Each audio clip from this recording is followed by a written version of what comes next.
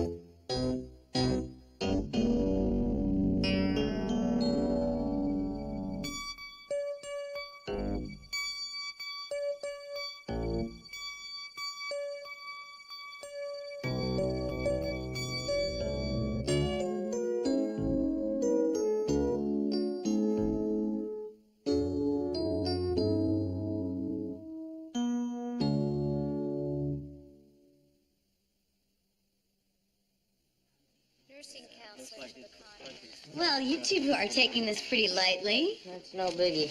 Yeah, no heavy number. So how do they decide who's Resident of the Year? Canfield has a vote, and each head of service has a vote. We're down to our last two services, orthopedics and pathology. Aren't you excited to be this close? Nah. It's nothing. Come on, you mean to tell me your hearts aren't going to be racing right before they announce the winner? It's gonna be a pain in the tail. Sure is. You have to eat blue meat. We're in a tuxedo that 12 other guys had eczema in. And listen to all Canfield's old jokes. Oh, I hope he doesn't tell the one about the oversexed pigs again. Besides, awards don't mean anything anyway. It meant the Mayo Clinic for Hendricks. So, hey, I am perfectly happy where I am. So it wouldn't change anything for me. Me neither. You know, this whole thing is really petty. We're doctors, we're professionals, we shouldn't be worrying about some crummy award. Yeah, we're here to learn, not compete. Absolutely. The pin is bent. I wouldn't risk letting the bone heal at that angle. The angle isn't that I'd sharp. go in and replace the pin. Unnecessary. I'd immobilize the femur and put the patient in a body cast for 6 months. Both would work, but I tend to agree with Dr. McGuire. His procedure involves less risk. Well, this looks like a fractured right forearm in a child of 9 or 10, judging by the type of break. It happened during a fall. Very good, Dr. Howser. This 8-year-old girl fell from a swing. What kind A of... displaced fracture across the radial neck and an An oblique green stick fracture of the ulna. Both accurate. How would you treat it? Treat it? I don't see anything unusual. I'd treat her with clothes reduction under anesthesia and a cast. No, wait a minute. This is like one of those cases reported in the December issue of Orthopedics. The radial shaft is displaced medially. It may require open reduction. Very good, Dr. McGuire. Very good indeed. It did require open reduction after a failed attempt at doing the clothes reduction, as suggested by Dr. Howser. No picture. Now, patience, Catherine. Just a little patience. I still have a few more wires left. Video out on the VCR onto video in on tuner. Okay. Honey, don't you think I should call Manny's TV service? No, I can do it. Yeah. Red VCR into tuner jack, lower left. Hi, how's it going? A piece of cake. You used to be friends with Dr. Marcus, yeah? Played a little golf, so yeah. Do you think you could put in a good word about me? Tell him how much I enjoy being on his service? Yeah, I guess, but why? His appraisal of me is very important. I'm one of the finalists for Resident of the Year. Oh, Doogie, that's great. That's wonderful. Yeah. Rumor has it it's down to me and Jack McGuire. Good work, son. So, you don't mind doing that? Yeah, I could do that. Cool. But Douglas, isn't this something that is based solely on your own merits? Well, sure, but it's so close that even the smallest edge can make a difference. Well, if you win the award, I think you'll be a whole lot happier, knowing that you alone are responsible for the results. I know I'm a lot happier when I accomplish something all on my own. I mean, even if it's as simple as hooking up a little entertainment system. I guess you're right, Dad. I just know you're going to win that award, Doogie. I do, too. Good luck, son. Thanks. Good luck to you, Dad. Oh, yeah. Here we go.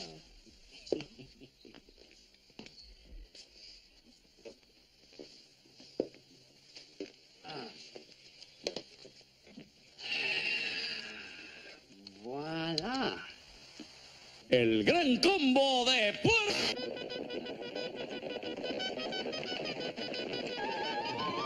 Nuestra la música latina de una edición. Dad? Honey? Honey, do something.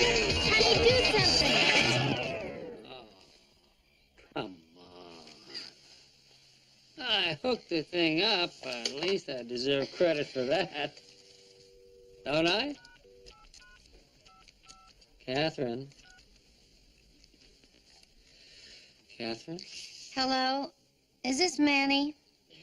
From this x-ray, the chest appears normal, but the shoulder shows calcium deposits along the bicipital groove in the shoulder bursa. I'd have to diagnose bursitis, but I doubt he died of that. Right, but could it have possibly been an infarction? Probably not. From this electrocardiogram, everything looks normal. So I think we could rule out MI. I don't know. He certainly could have been involving an acute myocardial infarction. A lot of these patients have normal electrocardiograms when first evaluated in the ER. That's exactly what he died of, Dr. Howser. Acute myocardial infarction. It pays to take some time. Dr. McGuire, don't be so quick to rule out anything.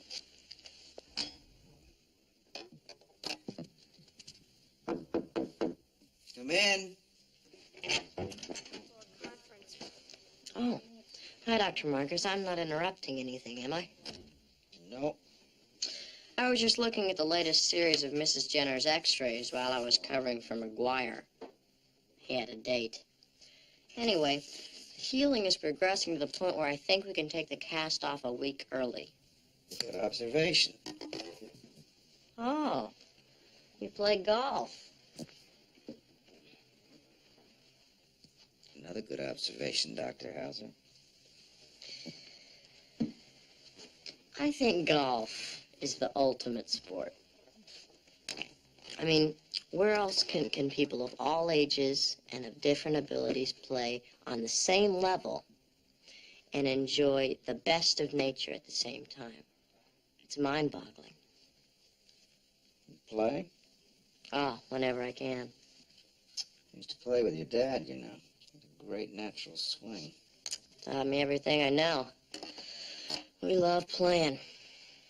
It's just darn good family fun.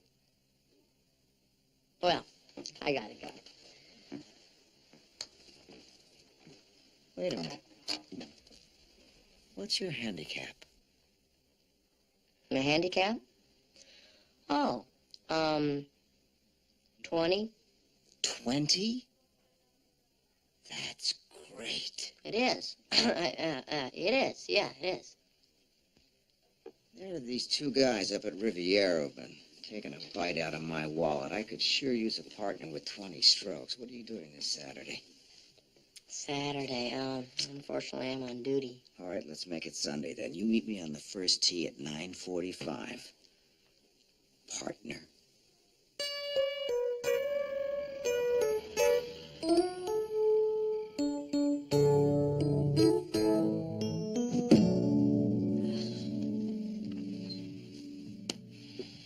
You're getting closer, man. We almost had liftoff. It's no use, Vinny. I can't go through with this. No. Remember what it said at the beginning of the book. Golf is an easy game. Just be patient. One more time. Right. Head down. Slow and easy. Take it back. Slow and easy. Don't forget to follow through.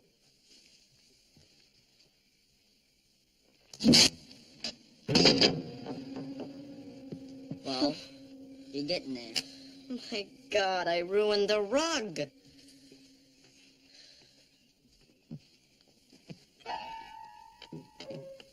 Oh, that reminds me. Always replace your divots.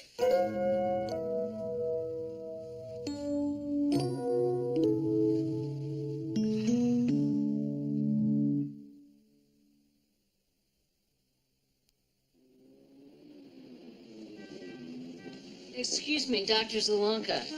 I followed up on the serum enzymes from the tennis player we reviewed yesterday. I also found an article in the New England Journal of Medicine on diet and coronary disease, and I copied it for you. Oh, thank you, Dr. McGuire. Really does pay to say those journals. That's what I tell Howser all the time. He just reads them and throws them away. Well, I'll take a look at it as soon as I have a moment. You know, I must admit, when I was first assigned to pathology, I wasn't doing handsprings, but I like it so much, I'm thinking of changing it to my specialty. Really? Dr. Zalonka, call the operator. Dr. Oh, Zalonka, just a second. call the operator, please.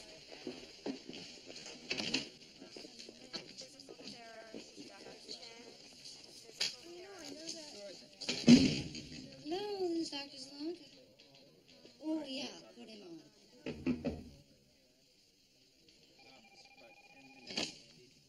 Hello, Jean-Pierre. Oh, no, that's too bad. I was hoping you could make it. No, I understand. Well, you know, I put a bid in on that 45 Chateau Petrus. Well, thank you. I hope I get it, too. All right, well, call me when you get back. Au revoir. So, you're into wine. I'm a collector. How about that?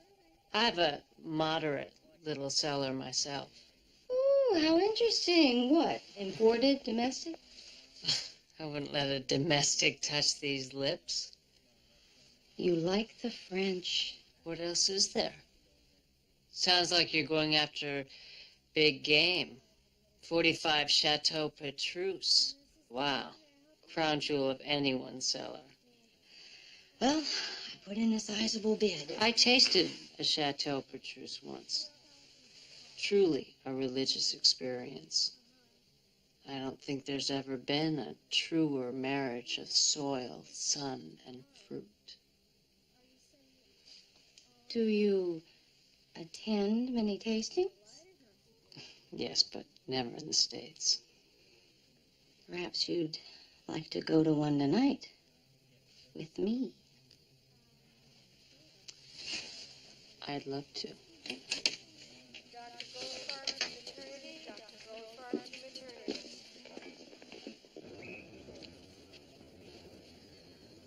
$5 Nassau, 2 down, automatic press. Pretty good. That okay with you, Howser?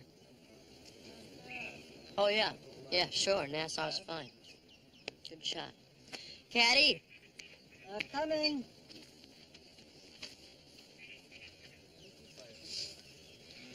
Remember, Duke, keep your head down, eye on the ball, follow through, firm grip, and pray. Right.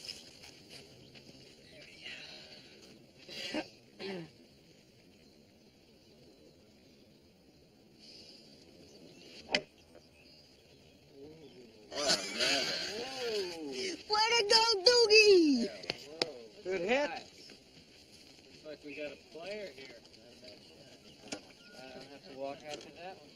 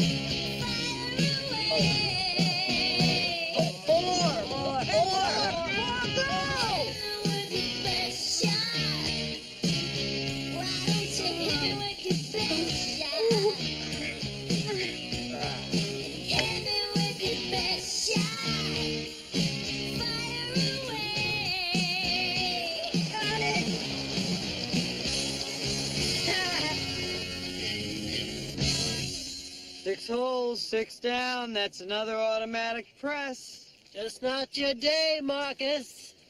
My day, my month, not my year, not my life. Faint. What? Faint. Pass out, fall down, pretend you're unconscious. Why? Just do it.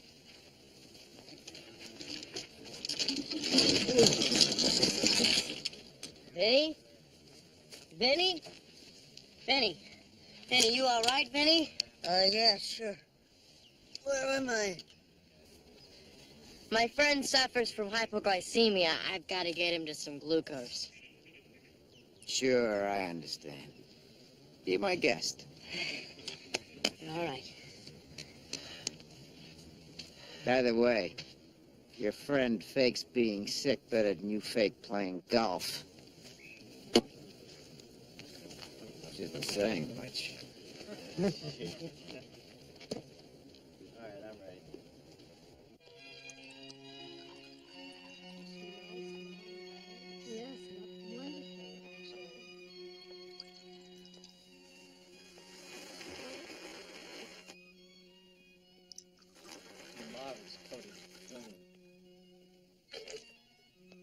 Congratulations, Helen. Oh, thank you, Joseph. I am so thrilled. Oh, beyond anything, I guess. I can hardly wait to lay it down in my cellar. May I see it? What do you think of Helen's little treasure? I bet it'll go great with a nice big juicy cut of roast beef. You never serve a wine like that with a dinner. I was joking, I know that, of course. A wine like that should always be savored alone. Shall we open it so we can get on with the savoring? Jack, that bottle cost me $2,300. Right. It did, didn't it? Helen tells me you have quite a cache of wine yourself. Yeah, reds mostly. What region? Some in the south, some in the north, a few in the east and west. What do you think of the nose, Doctor? Looks fantastic. I couldn't even tell you had it done. I'm talking about the bouquet of the Sobrion. All right, that nose. It's good. It's a good one. It smells damn good. 75 was a splendid sum, a very fine vintage, surprisingly forward and mature looking.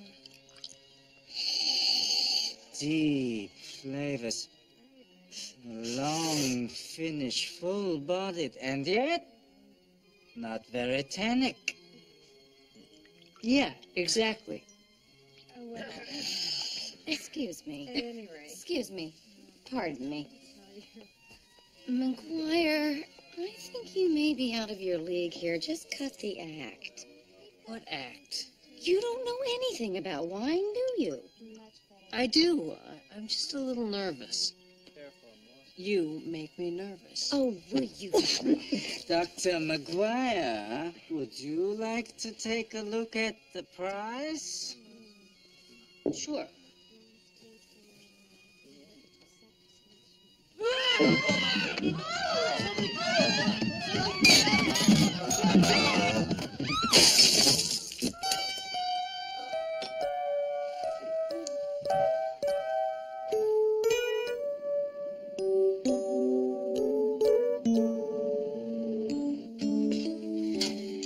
I just wanted to tell you, you're a shoo-in.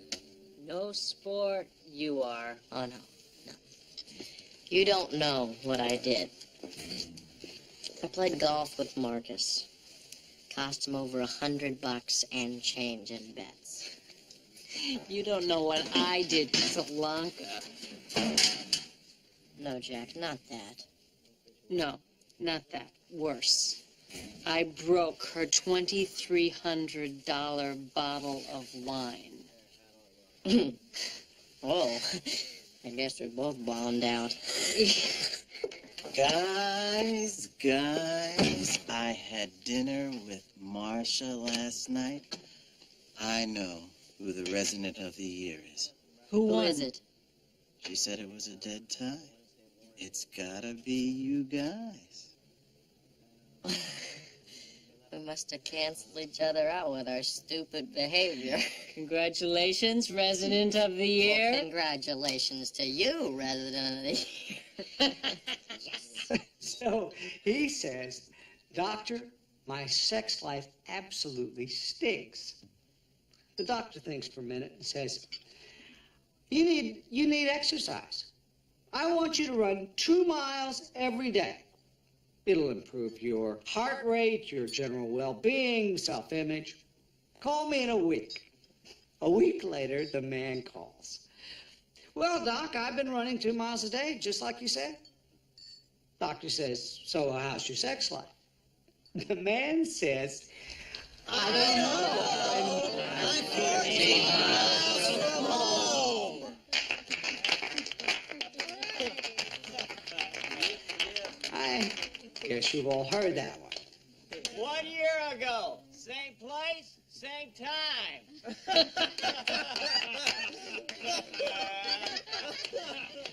Well, enough levity. Let's get on to the reason we're all here tonight. Of all the duties I have here at Eastman, I think this next one is my favorite. Handing out the coveted Resident of the Year award. I don't have to tell you the prestige of this honor or how much it has meant to the careers of past recipients. The results this year were the closest in the history of the award. In fact, it was so close that for the first time, we have a tie. The co-winners are two young men who are true team players.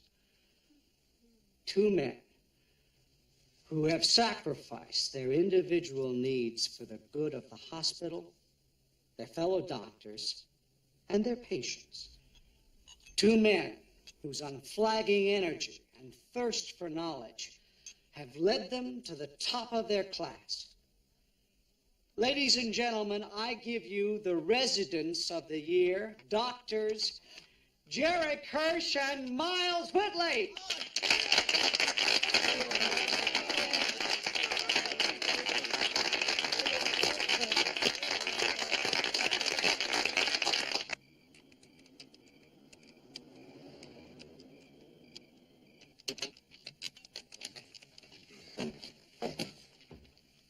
So where is it?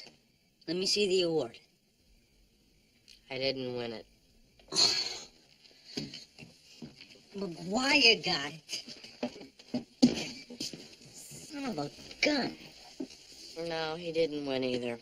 We both managed to snatch defeat from the jaws of victory. I learned a huge lesson, Vin. Yeah, what? I was blinded by ambition. I completely forgot about my friendship with McGuire, and I embarrassed myself in front of my superiors. I deserved to lose. Dude, quit beating yourself up about this. Out of every bad experience comes some good. There's absolutely no good coming out of this one. Sure there is. You did something that no other mortal man in the history of all mankind has done. What's that? You are the first golfer ever to take a free drop out of an old lady's chicken salad.